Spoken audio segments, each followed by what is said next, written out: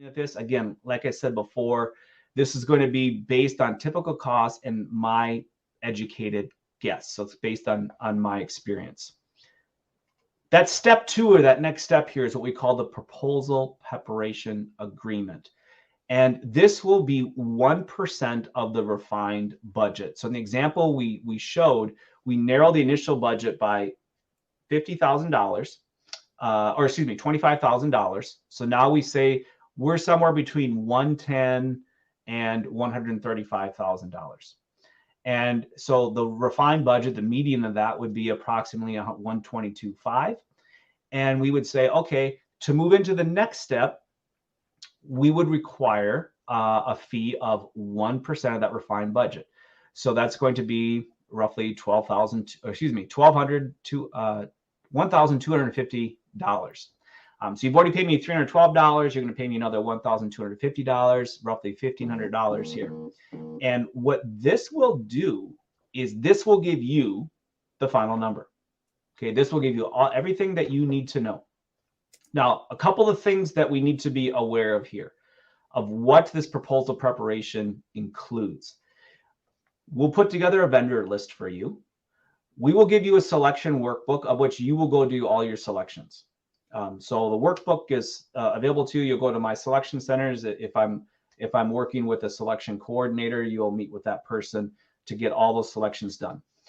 We will put together a production schedule based on slot availability. So if I have a slot that's available 6 months from now, I'll put together a production schedule that will start 6 months from now, and then we'll work through to when that project is completed. We will also bring the trades out to visit your home if it's a remodeling project, and or we will get formal estimates from the trades. So we'll have a final plan. They're going to look at everything. Now, this is one thing I want to be very clear on. That money that I'm charging does not include design. There's no design work. So if you're working with an architect, that fee is paid separately. If it's a drafts person that you actually have on staff, they're going to write you a check separately for that based on however you charge for that. So whether it's price per square foot or you're doing it based on style of home or however you charge, that's separate. This is just for compiling these items right here. Now, here's what we go back to the case study. If that final proposal comes within the scope and range budget, it's almost 100% conversion rate. Because what have we done now? Value has been established. If you're bringing expertise to the table, if you trust me, if you are getting all your questions answered, what it's going to look like and how much it's going to cost, if it all falls within your budget, it's almost 100% conversion where they're going to say, okay, let's get married. Because a relationship is established.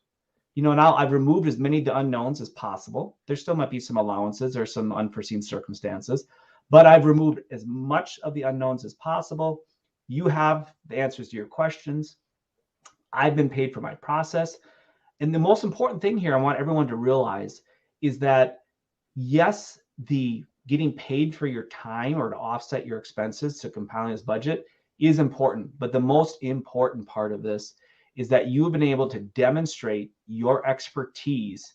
So the client believes in you, they see the value of what you're doing, they trust you, and they're ready to move ahead. This also gives you, as the builder, the opportunity to work with the client or prospective client, because it's not a done deal yet. So they may be throwing you red flags. All of a sudden say, Diana, man, you are crazy. I don't want to work with you, right? So you can get to the end, you can say, this is not working out. I'm sorry, but it doesn't make sense for us to do this project. So you can fire them as well as they can fire you. But it's important to understand that if you are over budget, you need to determine why it's over. So perhaps there were some unforeseen circumstances that you ran into. So, building a home, oftentimes we ran into issues where soil problems. So there was an issue there, or there's tree removal, or there's, certain things that you weren't anticipating. Unforeseen circumstances in remodeling happens all the time.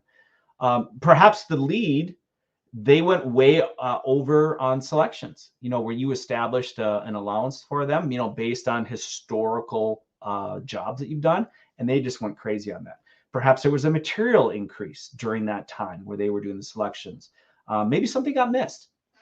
But if you can't determine why, it's very difficult to make the sale.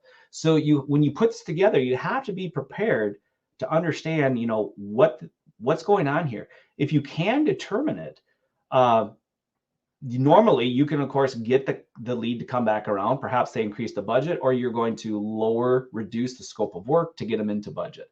And per our case study client, what he's telling us is that 15 to 30% of the time, they are going to be high. So every 10 you do, you expect 2 or 3 that will be high. So Diana, okay, you've remodeled. We just walked you through this process. I'm really curious to get your feedback. Oh, you're muted, Diana. I think I'm ready to move forward. Oh, yes. Yes. I will send the contract over to you for signature in your authorization right away. Everything is clear. I can see the visuals, I can see the price, I can see the estimate, so I know what to expect for. So it seems that, yes, I can expect some increase if the materials will be higher, because that's the market right now. Mm-hmm. And of course, if something that I missed, I will let you know. One thing that this also gives the lead is, if you get to the end and you are not satisfied with me, you can still take all the work that you paid for. Yeah. So now you have a plan, you have all the specifications, you have all the work that I've done, you have a schedule, all that. You can take that and you can go walk away and go to another builder and start over. That would obviously be an extreme case, and it would most likely be based on my negligence if you fire me at this point. Because I should have, at this point, I should have done my job to where you see like, wow, this guy's great. I want him to remodel my home or build my home. What's the next step? Let's move forward. Let's get started. I want him to be living in and enjoying my new home. But that's the other thing that you can really relate to the lead, is that, look, if you don't like me, you take the stuff and you go someplace else. So very powerful tool. It's good for both. It's good for both. And also at this point, I'm not trying to buy this job. I'm trying to get this job done right. I'm going to try to be as transparent as possible, because I know that relationship, at the end of the day, if there's trust established on both sides, then I'm most likely going to have a successful project and have a client that's going to be happy to refer me. Final thoughts, Diana? Yeah, I think that's, if you focus on the process, I think that's the key. Whatever questions they ask you, just tell them the process. And then I think if you got this, then everything will move forward. Absolutely. It's roughly 100% if you hit those numbers and you've done your job.